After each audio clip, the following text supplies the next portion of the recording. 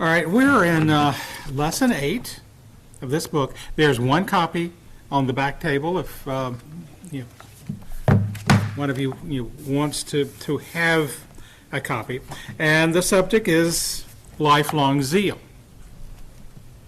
And we're not quite at the midpoint, but it may be worthwhile doing just a little bit of review.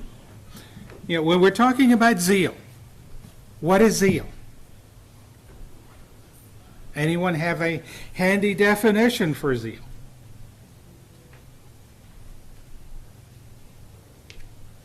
No one knows what zeal is? Ah, come on. Nate? It's an excitement and energy for Okay. taking action. All right. I think Webster defines it as great energy, enthusiasm, or passion, or passionate dedication toward a cause, goal, or activity. Who here is zealous about something? Who has a lot of zeal, a lot of passion for something? Okay, go ahead. I do have a lot of passion. Do you want me to say what it is? Sure. Teaching, music. Okay. French? Protecting wildlife. Okay. Anyone else? Oil. What? Oil. Okay. As in Amsoil, right? Why do you have zeal for that particular subject? What leads you to be, enthusiastic or passionate about it?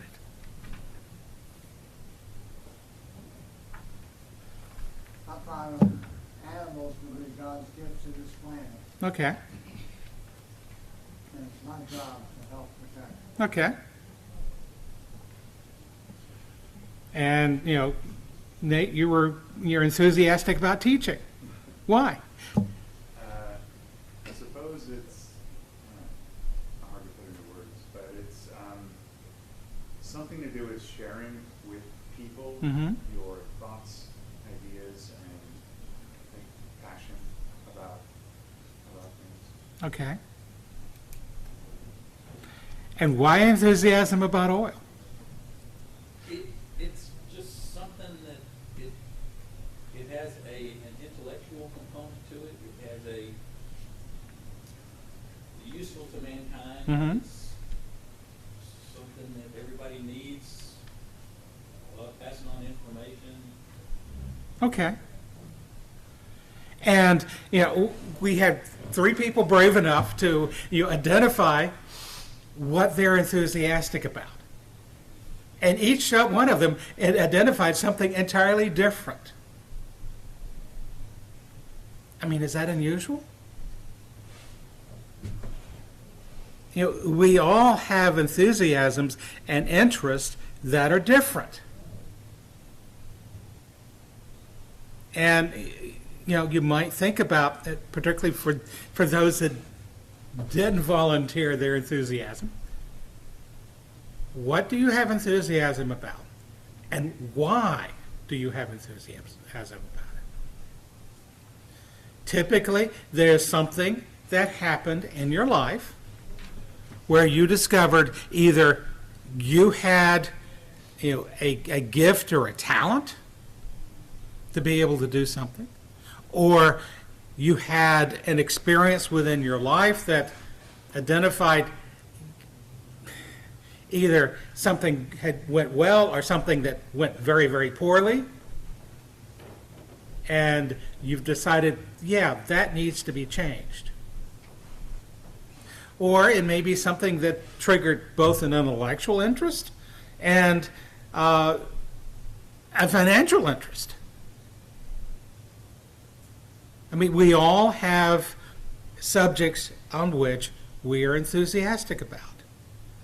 And the reasons for that enthusiasm vary, not only with the individual, but with the subject. But of course, the lesson here isn't about being enthusiastic about Amsoil. nor to be enthusiastic about wildlife. It's to be enthusiastic about God. And why would we be enthusiastic about God and about serving God?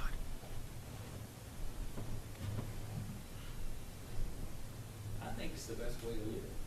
Okay.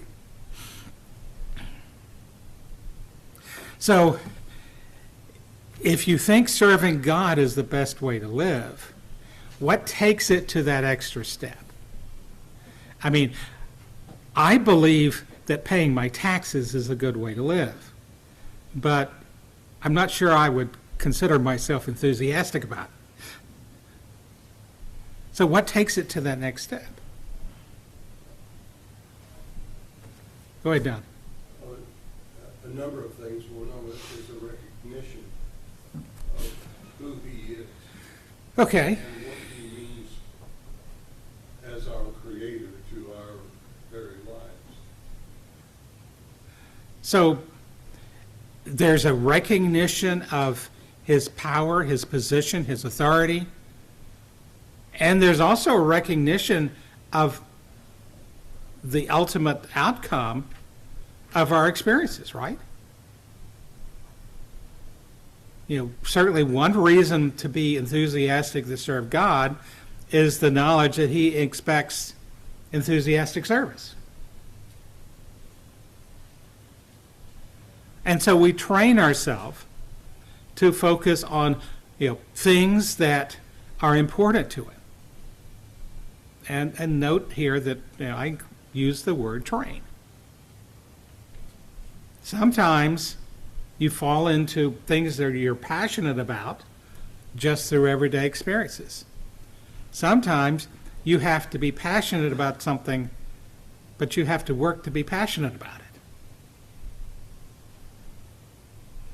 And, our service to God can be either way.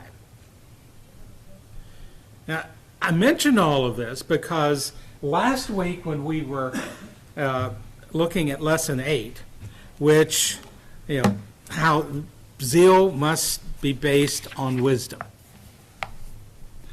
And the author of the book identified, things that, there are a lot of people that are enthusiastic about it. The idea of abortion, or, about child abuse, or about the rise of, non-binary lifestyles, about homosexuality, about, all of the variations from the fundamental division between male and female and the roles that are there. Some people are, enthusiastic about, ending greed. Some people are, in everyday life, they get really upset and as a result enthusiastic about trying to end profanity, pornography, immodesty, whatever. And so, the book asks the question, what do we do about these things? How do we deal with these things? And perhaps even more importantly, should we be zealous about these things? Should we? Or are they just no never minds? We should be zealous about not doing them. Okay. I don't know if beyond that route we should let our light shine and not practice those things. Other people can see that we don't. That's not good law. All right. And there are people that take a much different viewpoint than that. So why would we say that, this is something we have to essentially not take active steps to change? I'm putting some, some words into what you said that weren't actually there. But what do we do about these things? Do we get upset about profanity around us? Do we get upset about, the seductively dressed, usually young women in advertisements that we see every day? Do we get upset about the fact that there are millions of unborn children that get aborted?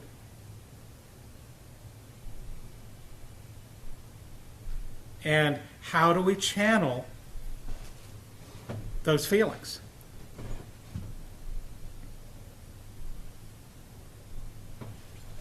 Should we be out in front of an abortion clinic protesting?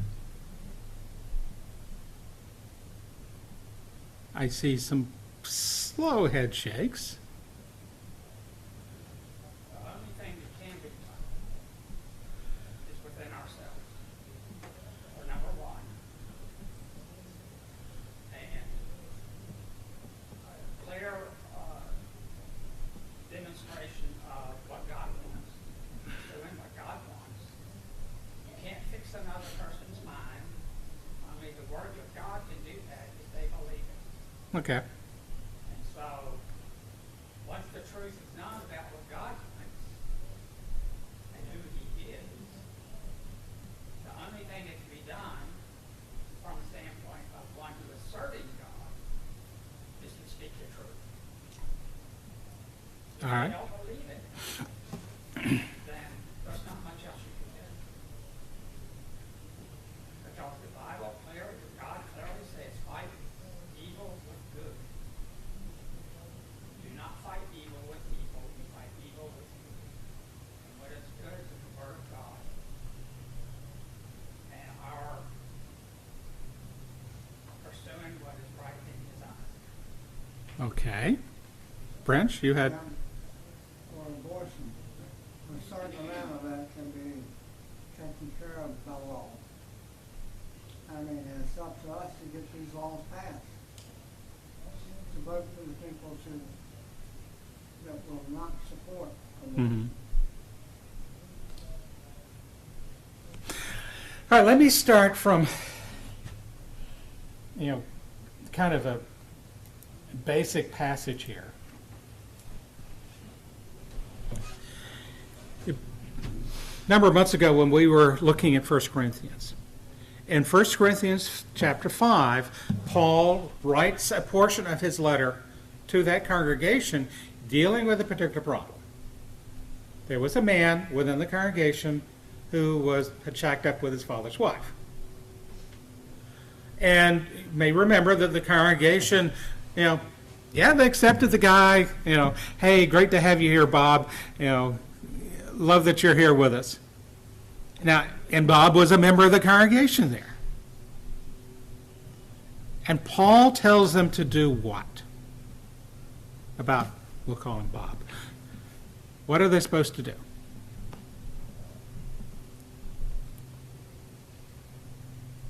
Anyone remember?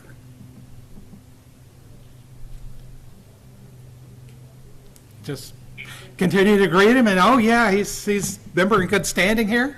Rebuke and not associate. Okay, yes. They are to shun this individual, letting him know that his behavior was not acceptable. They were to punish this individual for his behavior. But Paul, at the end of this chapter, goes on to constrain what they're doing. I wrote to you in my letter not to associate with sexually immoral of people, not at all meaning the sexually immoral of this world, or the greedy, or the swindlers, or the idolaters. Since, what happened? Okay. Since then you would need to go out of the world. But now I'm writing to you not to associate with anyone who bears the name of brother if he is guilty of sexual immorality, or greed, or is an idolater, or reviler, or drunkard, or swindler, not even to eat with such a one. For what have I to do with judging outsiders? It is not those inside the church whom you are to judge. God judges those outside.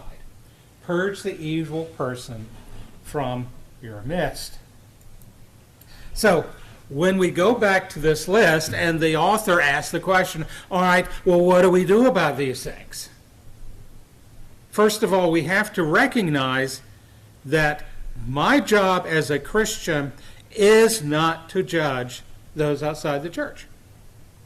And when I say judge, pass a formal judgment and, send it on. That's not my job.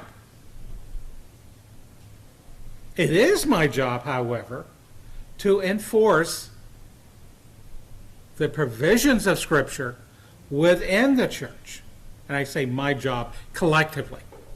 We're not talking about individually here, or not just individually. So, if we're talking about, we believe that there's a member of the congregation who's abusing a child, yes, there is a role to step in and try to correct that behavior. Do we see potentially an individual who's obviously greedy, who's going after the property of someone else? Greed was one of the things specifically mentioned by Paul. If we see a member of the congregation who's doing that, who has that attitude, yes, we need to take a step forward and trying to deal with it. Now, guy I work with, or person I see in the supermarket, how do I handle that? And I think David provided a good summary there. Our job is to behave as a Christian. And where we have an opportunity to present God's Word. But I will, also second what French has suggested. And that we as citizens of this country, we have the opportunity to collectively support or, not support individuals who promote or try to, end these behaviors. And we can use that as well. Now we're going to see in the next chapter, the author identifies some things that happened, particularly under the Jewish law, that, maybe we can't do it quite the way they did. And we'll talk about that in a minute. I mean, does that make sense, however? Does that, though, tend to undercut our zeal or enthusiasm for a given subject?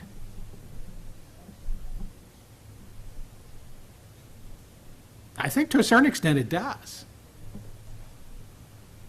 If you're concerned, if you get enthusiastic about the proper treatment of children, and you see it happening all over the world, and you can't do anything about it, that, to a certain extent, can get emotionally deadening, can it? And that's where we have to kind of take a step back and recognize God is in control.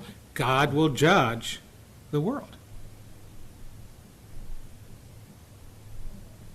Now, if you think having enthusiasm about one of these things and not being able to fully deal with it is a problem, imagine being a Christian in the 1st or 2nd centuries, and you're enthusiastic to serve God, and the local governor says, everyone who wants to serve Jehovah, we want to lock in prison or deny them a job or even execute them. That can kind of blunt your enthusiasm too, if you let it.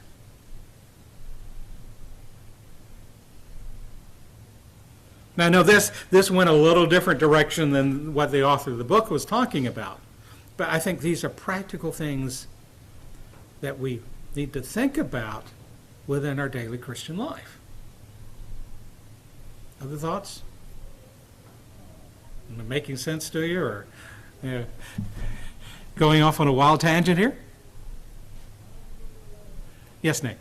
I think it is making sense, and one of the things that comes up a lot in my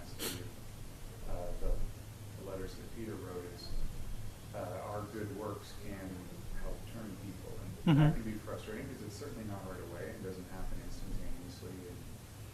And it's not something that makes a huge difference or a huge impact in the moment, but it's intended to do so over time.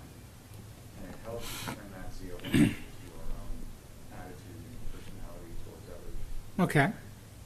And, I would suggest, and, you can disagree and certainly speak out on it, but I would suggest that the degree to which our proper behavior as Christians is going to influence others is proportional to the dislike and the vilification that others have of Christians.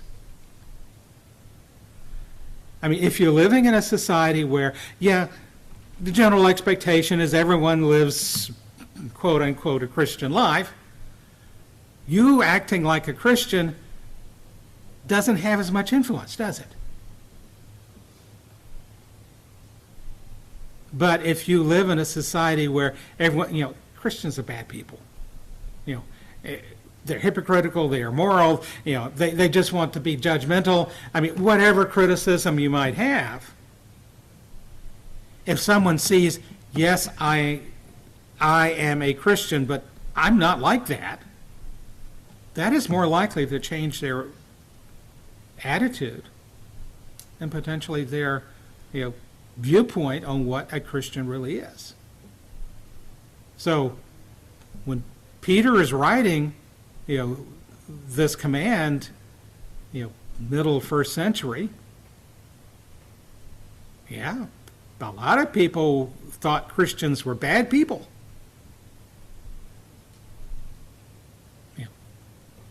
They are, not good citizens of the empire. They, were cannibals. They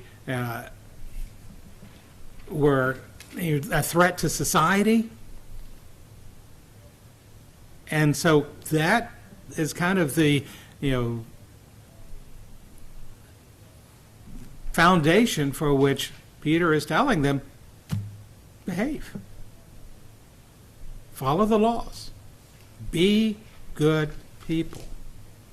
So that others are going, I've heard all of this by Christians, but, I know Joe over here, he's a pretty good guy. That can change, their attitudes and opinions.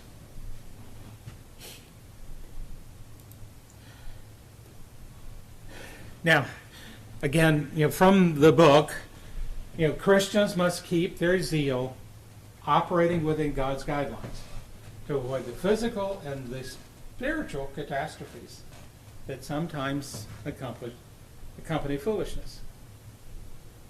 Wisdom, I think the point he's making here is important. You need to think about what you're doing. You need to think about, we know we're in a spiritual battle, but how do we fight that spiritual battle?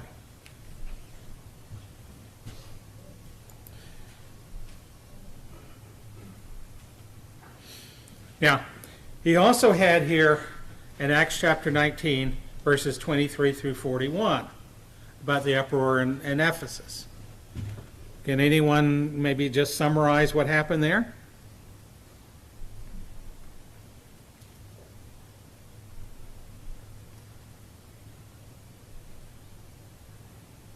That was where the people made the idols, if I recall correctly. Mm-hmm. Or Artemis, was it? Mm-hmm. That they got all bent out of shape because these people were turning away from idolatry, and that was Okay. So, the silversmiths, essentially got together and decided, these Christians, they're bad people. They're bad for business. And, Ephesus is known for, worshiping, Diana, and they're taking people away from that worship. Now, in particular, as Luke describes this event, they go and I think they take Crispus. They seize one of the individuals, of the church there, And Paul wants to go out and confront the crowd. Does he?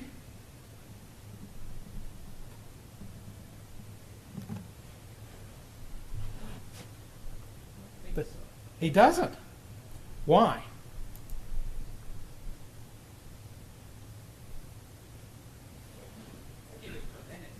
Exactly. The other Christians that know Paul, you're a polarizing figure. Yeah, you go out there and it might make things worse. Now, were they guided by the Holy Spirit in making that decision? No, I don't think so. That was a question of judgment. But it turned out that it really was the correct decision, because the civil authorities in Ephesus put down the riot. I mean, actually, it's the clerk that comes in and disbands everybody. Tells them, okay, well, if you have a legal case, take it to the judges. Right now, you have an illegal assembly, disband. And they did. And we find Paul leaving shortly after that.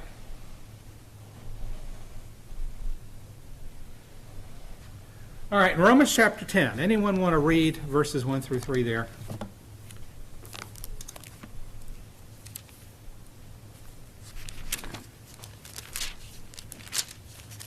Any volunteers at all?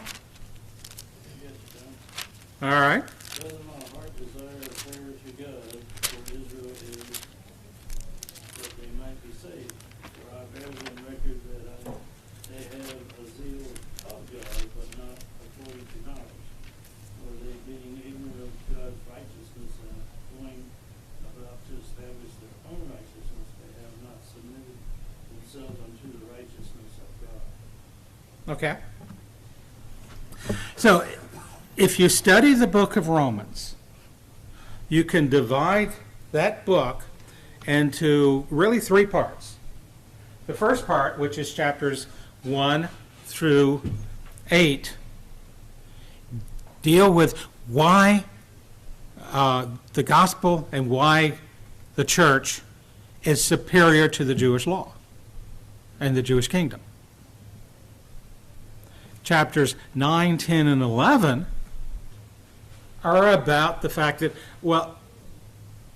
the Jews had an opportunity to follow the gospel. And in fact, in chapter 11, he's going to use the illustration of what there was the vine, but they were cut off from that vine because they did not choose to follow the Messiah, and instead Gentiles were grafted into it. And Paul's point in chapter 10 was, it's not the fact that the Jews were completely uninterested in what God wanted them to do.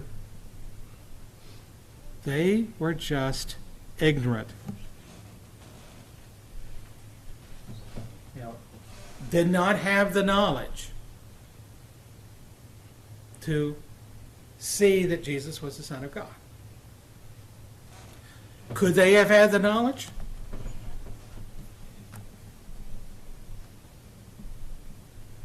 I mean, did God block that knowledge away from their hearts so that they were in ignorance and couldn't have served God, couldn't have recognized that Jesus was the Messiah? I don't think so. So we can say that we lack knowledge, but that doesn't necessarily mean we had no opportunity to have that knowledge. And Paul's point here was, they took the wrong actions because they did not essentially seek, that knowledge with the correct attitude. And, that's hard. Because, as we've talked about many times, all too often we see what we expect to see. All too often we see what we're supposed to see, which isn't always what's really there. That's why we have to approach our study of the Scriptures, certainly with an open mind.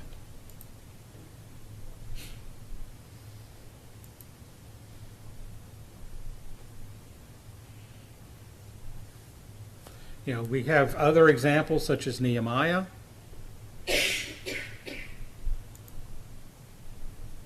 And pardon me for, going to a smaller font here, but now there arose a great outcry of the people and their wives against the Jewish brothers.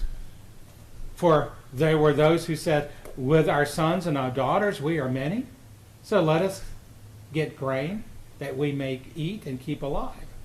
And there were also those who said, we are mortgaging our fields, our vineyards, our houses to get grain because of the famine. And there were those who said, we have borrowed money from the king's tax on our fields and our vineyards. Now our flesh is as the flesh of our brothers, and our children as their children. Yet we are forcing our sons and our daughters to be slaves, and some of our daughters have already been enslaved. But it is not in our power to help it, for other men have our fields and our vineyards. And I was very angry when I heard outcry at these words. And I took counsel with myself, and I brought charges against the nobles and the officials. And I said to them, you are exacting interest, each from his brother. I held a great assembly against them, and said to them, we, as far as we are able, have brought back our Jewish brothers who have been sold to the nations, but you even sell our brothers so that they may be sold to us. And they were silent and could not find a word to say. So I said, the thing which you are doing is not good. Ought you not to walk in the fear of our God, to prevent the taunts of the nations of our enemies? Moreover, I and my brothers and my servants are lending them money and grain. Let us abandon this exacting interest. Return to them this very day their fields and their vineyards, their live orchards and their houses, and the percentage of the money, grain, wine, and oil that you have been exacting from them. Then they said, we will restore those and require nothing from them. We will do as you say. And they called the priests, and they made them swear to do as they had promised. And I also shook out the fold of my garment and said, so God may shake out every man from this house and from his labor who does not keep his promise, so that he may be shaken out and emptied. And all the assembly said amen and praised the Lord. And the people did as they were promised. Now, I guess I wasn't exactly sure why the author of this book put this particular illustration under knowledge. But it still illustrates, I think, an important principle that was there under the Jewish law and is here for Christians today. Well, what's the problem? There was a famine.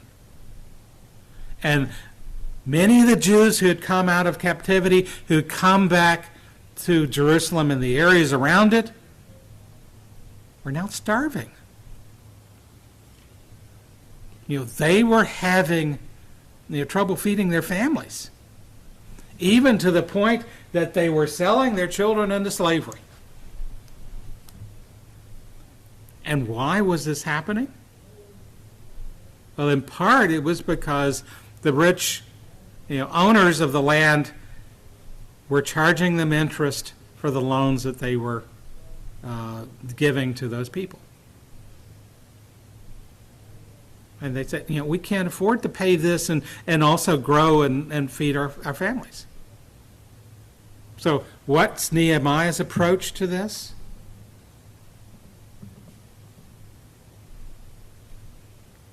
How does he deal with the situation? Well, for one thing, he points out the fact that they were charging interest. And you said not to charge interest if you loan anything to your brother. Mm-hmm. Or that. It's in the law. So essentially, he takes all of the rich, landowners and moneylenders to task and say, you shouldn't be doing this. Here we've gone through all of this effort to bring Jews back out of captivity, and you're putting them back in captivity again to gain money? And of course, he has the moral authority here to, essentially get them to agree, no, they're not going to do that. And they back off.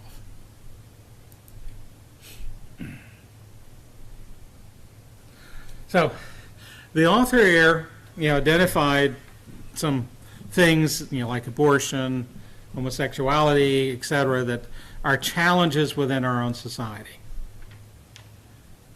But let's, again, make it more personal. If we think about our service to God and how we can be enthusiastic and passionate about that service, what are the things that challenge us? What are the things that challenge you? That make it more difficult?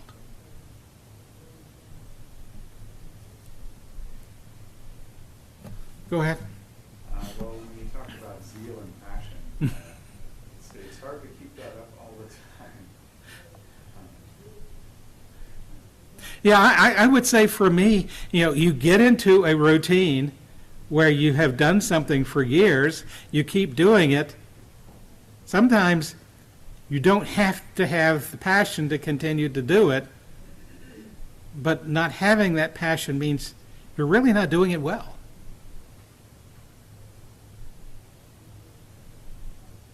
So, sometimes it's just we go through the same routine every Wednesday, every Sunday, and all of the things we do. And, it's, to use another example, a few of you, might have played an instrument and had recital. You can get pretty passionate about it when you know you're going to go perform before a bunch of people, right? But what about the daily, hour or 2 or 3 that you spend practicing? It's hard to get stay passionate about that, right? But all of that's important. I mean, other things that you can think of, other things that, maybe hurt your enthusiasm. There may be things that happen in the congregation here, and maybe things that have happened other places. There may be societal things. What makes it difficult?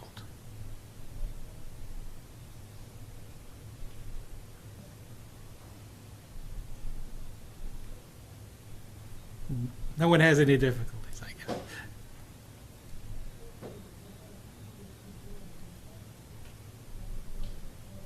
Most of the difficulty comes from our own desires. Okay.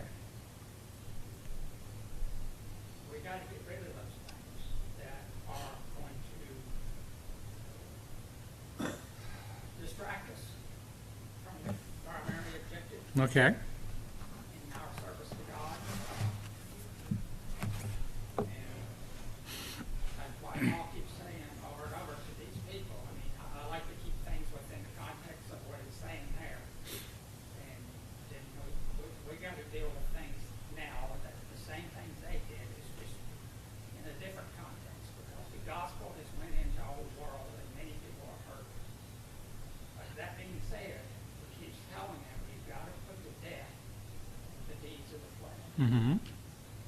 Just like James said, the thing that eventually is going to result in sin is our own desire. If we don't put it to death when that seed germinates, if we see that that's going to grow into something that could be sin, then that's got to be put to death before it allows to grow. Okay. And what are some of the things that provide those temptations to us? Well, when you live in a world full of where the flesh rules over pretty much everyone, then it can be difficult for one, especially when you're young, to see the consequences of those actions if you don't stop. Okay. Yeah, Paul uses, the idea of the flesh and the spirit. Of course, that was an inherent part of Greek philosophy at the time, too. The dualism there. But let's be more specific. I think it's more useful to be specific. What are some things that we might consider of the flesh that dampen our enthusiasm? Well, we can go to Galatians and Paul, he gave a pretty detailed Okay. list of the deeds of the flesh and what those who want to serve God should be pursuing. All right. But I'm trying to make it personal rather than, just this list of generic things. And desire to please friends? Can that be one of those things? And there's nothing wrong with inherently and wanting to, have friends and to maintain those friendships. But what if their motivations, what if their goals in life are different than yours?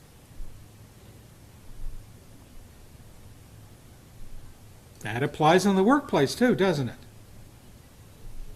it? Some workplaces, some, corporations, honesties may not be the best policy as far as they're concerned.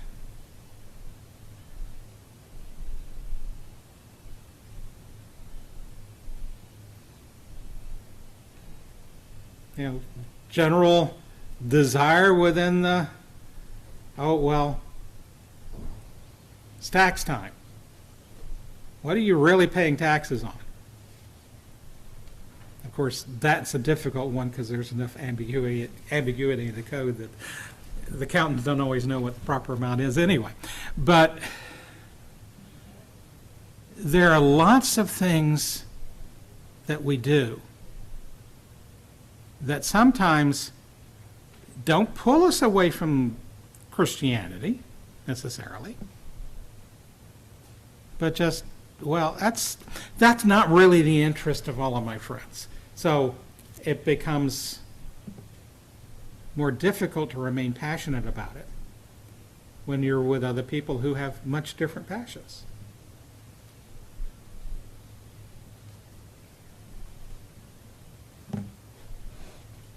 All right.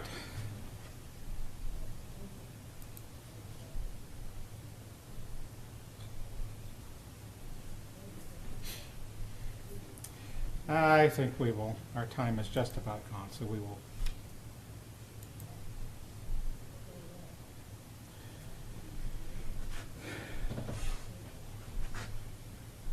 Therefore, give to your servant an understanding heart to judge your people, that I may discern between good and evil, and who is able to judge this great people of yours. Who said this?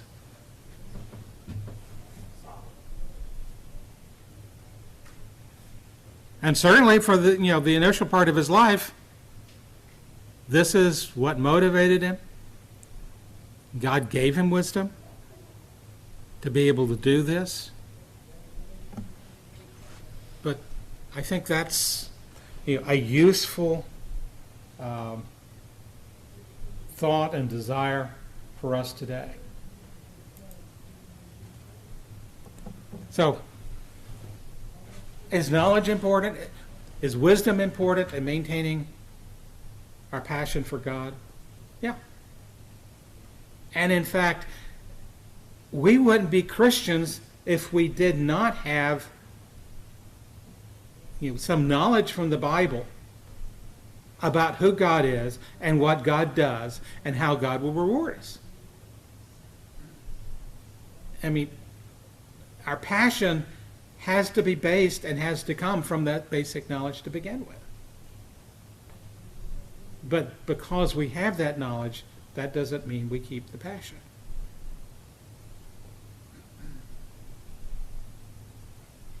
But as we try to keep it up, as we try to make sure that fire continues, we have to direct it in the right way. Those of you who have fireplaces You know that you want, a fireproof enclosure to contain that fire. It's supposed to grow, it's supposed to be maintained, but at the same time, you don't want it to go in the wrong place. You don't want it to go in the wrong direction.